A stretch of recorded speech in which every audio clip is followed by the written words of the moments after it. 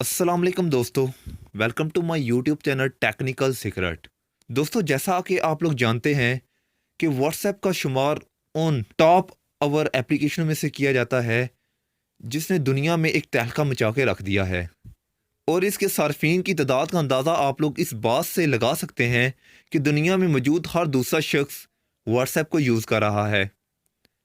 दोस्तों, क्या कभी आपने सोचा है कि व्हाट्सएप को किसने बनाया और इसको बनाने का असल मकसद क्या था?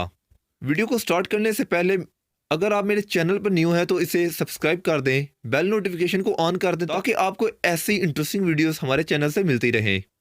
दोस्तों, 24 फरवरी 1976 को यूक्रेन के एक गांव में एक बच्चा पैदा हुआ। इस फैमिली ने अपने इस बच्चे का नाम यॉन कॉम रखा। दोस्तों, ये फैमिली इतनी गरीब थी कि इनके घर में बिजली नहीं थी और यूक्रेन के इस गांव में अक्सर जो टेम्परेचर है वो मनफी में रहा करता था। 16 वर्ष की उम्र में ही यॉन कॉम को कंप्यूटर से बहुत ज़्यादा दिलचस्पी थी।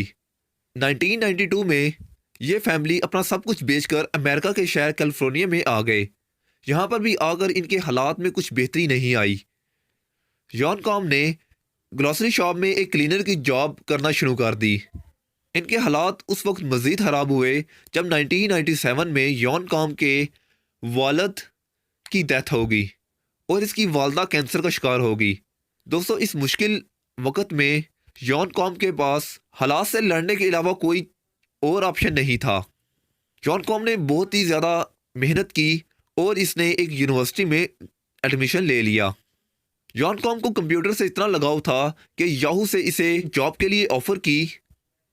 यॉन कॉम ने अपनी पढ़ाई को छोड़कर याहू में जॉब करना शुरू कर दी।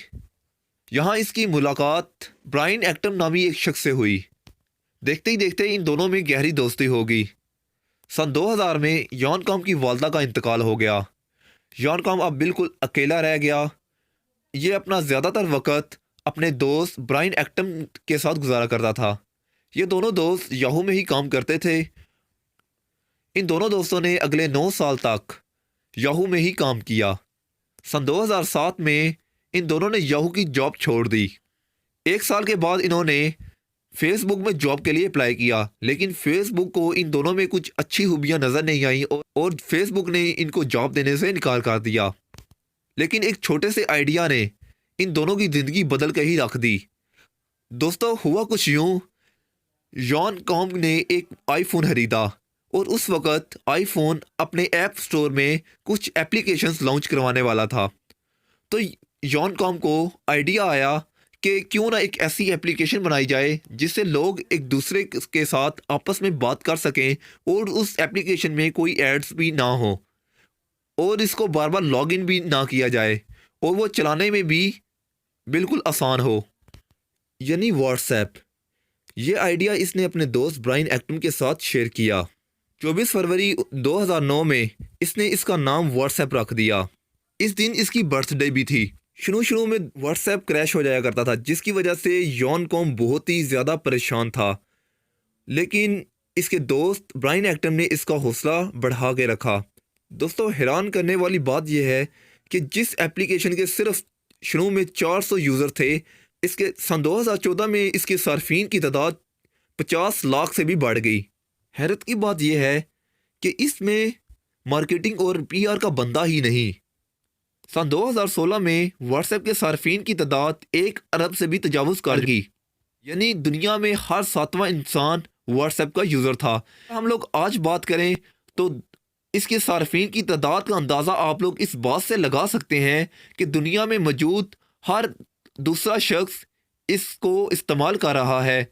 दोस्तों, आप किस्मत देखें, जिस फेसबुक ने इन दोनों दोस्तों को जॉब देने से इनकार कर दिया था, उसी फेसबुक के ऑनर मार्क ज़करबर्ग ने इन दोनों के साथ कांटेक्ट किया और इन दोनों दोस्तों ने सन 2014 में व्हाट्सएप को 19 अरब डॉलर्स में फेसबुक को फ़रोख्त किया।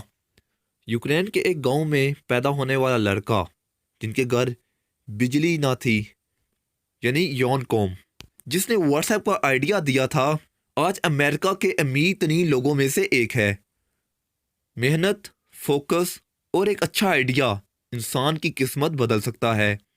तो दोस्तों आज की वीडियो आप लोगों को कैसी लगी कमेंट करके ज़रूर बताइएगा। फिर मिलेंगे एक नई और इंटरेस्टिंग वीडियो के साथ, तब तक के लिए अल्लाह हाफिज़।